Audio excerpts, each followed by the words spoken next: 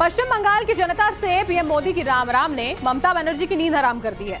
आज पीएम मोदी बंगाल के 2 दिनों के दौरे पर पहुंचे। पहले दिन आरामबाग में जनता को 7,200 करोड़ से ज्यादा की योजनाओं की सौगात दी।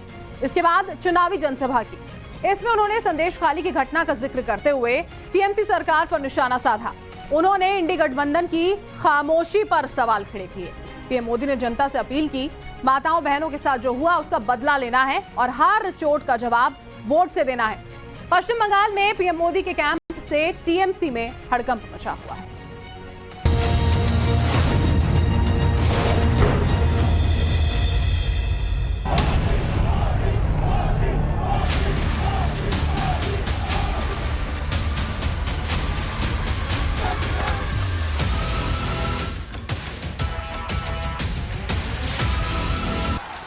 बोरोरा प्रणाम एवं छोटोरा आमार भालोबासा नेबेन। पश्चिम बंगाल का आरामबाग, जहां की चुनावी रणभूमि से प्रधानमंत्री मोदी ने टीएमसी सरकार की नींद हराम करने वाला ट्रेलर दिखा दिया। सबसे पहले जुबान पर संदेश खाली का जिक्र आया और फिर जनता से कर दी टीएमसी के खिलाफ वोट से चोट की अपील। क्या माताओं बहनों के साथ जो हुआ है उसका बदला लेंगे कि नहीं लेंगे? लेंगे कि नहीं लेंगे? हर चोट का जवाब वोट से देना है। अपील सीधी है, निशाना साधा है, संदेश साफ है। प्रधानमंत्री मोदी ने जनता के दिल के उस दर्द को चुनावी मैदान में सबसे ताकतवर ढंग से सामने रख दिया, जिस पर विरोधी गठबंधन खामोश दिखता है। लोगों को नश्तर की तरह चुभती इस चुप्पी का जिक्र कर प्रधानमंत्री ने गांधी जी के 3 बंदर की याद दिला दी। इंडी गठबंधन के बड़े बड़े नेता संदेश खाली पर आंख, कान, मुंह, गांधी जी को जो 3 बंदर थे ना, उन 3 बंदरों की तरह आंख, कान, नाक, मुंह सब ये बंद करके बैठे हैं। संदेश खाली में जो कुछ हुआ, पीएम मोदी ने इसका पूरा हिसाब सीधे सीधे मुख्यमंत्री ममता बनर्जी से मांगा। ममता से हिसाब मांगा और पूरे इंडी गठबंधन को कटघरे में खड़ा कर दिया। प्रधानमंत्री ने पूछा कि संदेश खाली में जो कुछ हुआ उस पर इंडी के गठबंधन के बाकी दलों की चुप्पी क्या कहती है। पटना, बेंगलुरु, मुंबई, न जाने कहां कहां ये साथ मिलकर बैठकें करते हैं, लेकिन क्या लेफ्ट और कांग्रेस ने यहां की सरकार से, यहां के मुख्यमंत्री से जवाब मांगने की हिम्मत की क्या? पीएम मोदी जिस आरामबाग में थे वो हुगली जिले में है और संदेश खाली उत्तर 24 परगना जिले के बशीरहाट इलाके में। दोनों के बीच की दूरी तकरीबन 160 किलोमीटर की है। रोड से सफर करेंगे तो 5 घंटे लगेंगे, लेकिन पीएम मोदी ने संदेश खाली का मुद्दा उठाकर जो कुछ कहा उसकी गूंज हजारों किलोमीटर दूर तक सुनाई देने वाली है। ये 2024 के चुनाव के सबसे बड़े मुद्दों में शामिल हो चुका है। इन लोगों से संदेश खाली की इन बहनों की तरफ एक नजर देखा भी नहीं गया। और आपने देखा है कांग्रेस के राष्ट्रीय अध्यक्ष ने क्या कहा? कांग्रेस के राष्ट्रीय अध्यक्ष कहते हैं, अरे छोड़ो, बंगाल में तो ये सब कुछ चलता रहता है। क्या ये बंगाल का अपमान है कि नहीं है? बंगाल की महान परंपरा का अपमान है कि नहीं है? बार बार संदेश खाली और मां माटी मानुष का जिक्र कर पीएम मोदी ने जो कुछ भी कहा उसका सीधा संबंध बंगाल में गरमाने वाली चुनावी जंग से है। ये साफ हो चुका है कि बीजेपी का सबसे अहम मुद्दा संदेश खाली में नजर आया जंगल राज होगा, जहां हिंसा और महिलाओं से दुर्व्यवहार का आरोपी शाहजहां शेख 55 दिनों तक फरार रहा, पीड़ितों को डराता रहा और अपनी रौब गांठता रहा। शाहजहां शेख की गिरफ्तारी के बाद इस मुद्दे को सीधे पीएम मोदी ने उठाया है। मतलब समझ लीजिए कि अब बीजेपी पूरे देश में इंडी गठबंधन के खिलाफ महिला सुरक्षा और महिलाओं के सम्मान को मुद्दा बनाकर पूछेगी कि संदेश खाली की रावण लीला पर चुप क्यों रहे।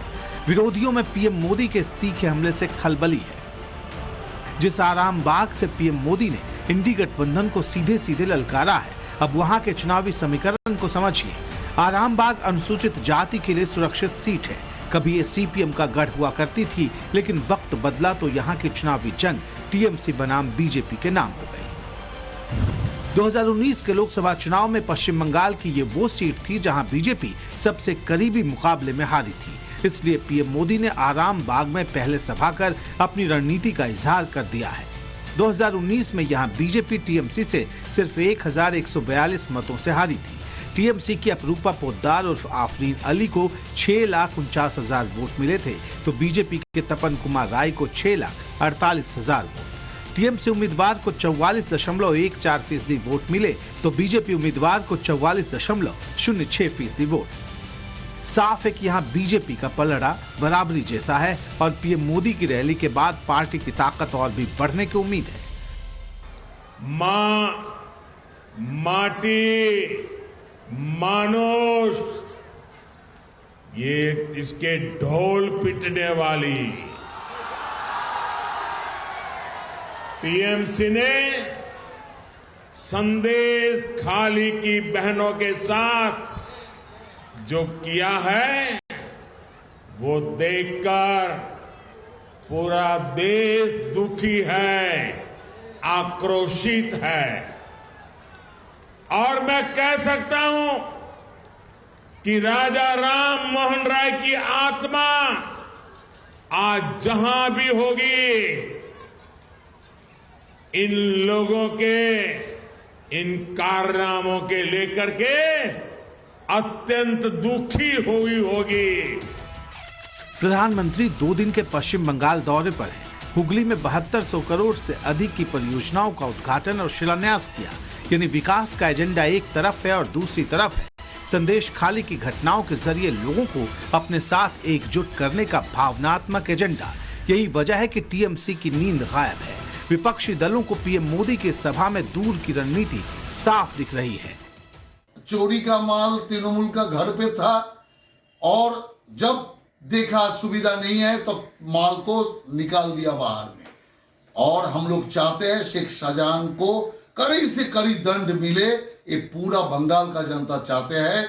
हम लोग संदेश खाली का माफिक ऐसा पाप और ना हो, इसके लिए सब लोग हम लोग सच्चाई। पश्चिम बंगाल में लोकसभा की कुल 42 सीटें हैं। इनमें 30 सामान्य सीटें हैं तो एससी के लिए सुरक्षित सीट 10 है और एसटी के लिए सुरक्षित सीट 2।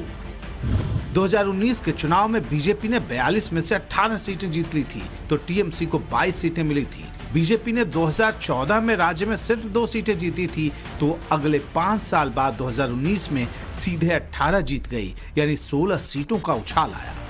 वोट प्रतिशत की बात करें तो 2014 के मुकाबले बीजेपी का वोट प्रतिशत 22.25% तक बढ़ गया।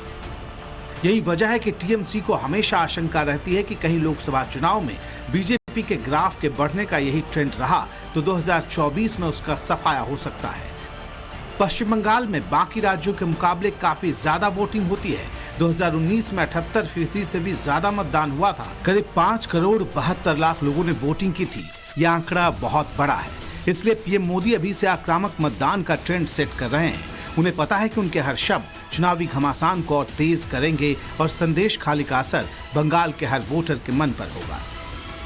ये बंगाल के खिलाफ रहने वाला प्रधानमंत्री को बंगाल का आदमी और एक सवाल करना चाहते हैं।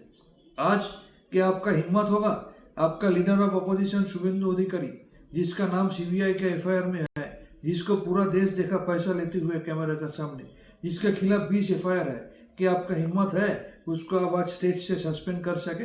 ये सवाल आपके पास रख रहे हैं बंगाल का आम आदमी।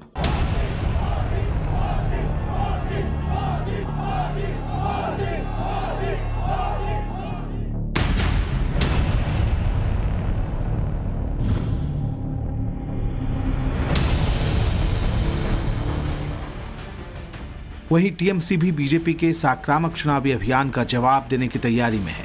6 मार्च को प्रधानमंत्री मोदी के बारासात दौरे के बाद टीएमसी की मुखिया और राज्य की सीएम ममता बनर्जी 7 मार्च को कोलकाता में शक्ति प्रदर्शन करेंगी। इसमें वो बीजेपी के खिलाफ सबसे बड़ा हल्ला बोल करेंगी।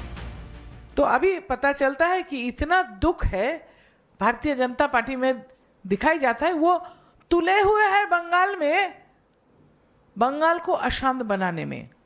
वो तुले हुए है भेदभाव की राजनीति, हिंसा की राजनीति बंगाल में फैलाने के लिए। साफ है कि आने वाले दिनों में पश्चिम बंगाल देश का सबसे बड़ा चुनावी सेंटर बनने वाला है, जहां इंडी गठबंधन और एनडीए के बीच अग्निवर्षा तय है। भारत माता की।